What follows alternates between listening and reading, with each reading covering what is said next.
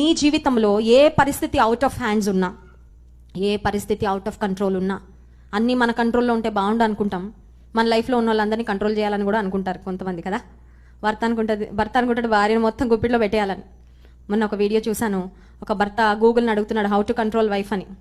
I'm still searching అని చెప్పింది, ఎందుకంటే దాని దగ్గర ఆన్సర్ లేదు. భార్యలు అనుకుంటారు భర్తను గుప్పిట్లో పెట్టుకోవాలని, భర్తలు అనుకుంటారు భార్యల్ని గుప్పిట్లో పెట్టుకోవాలని, అమ్మ అనుకుంటుంది బిడ్డల్ని గుప్పిట్లో పెట్టుకోవాలని, నాన్న అనుకుంటాడు బిడ్డల్ని గుప్పిట్లో పెట్టుకోవాలని. But when we realize that అన్నిటినీ మనం కంట్రోల్ చేయలేమనగానే ఫ్రస్ట్రేషన్, అవును కదా, చాలా మాట ఎవరు వినట్లేదు, ఇదేంటి కంట్రోల్ చేద్దామంటే ఇంకా అవుట్ ఆఫ్ కంట్రోల్ అయిపోతుంది ఏంటి. కొన్నిసార్లు కొన్నిసార్లు మనం నియంత్రించాలనుకుంటాం, మన వల్ల అవ్వదు.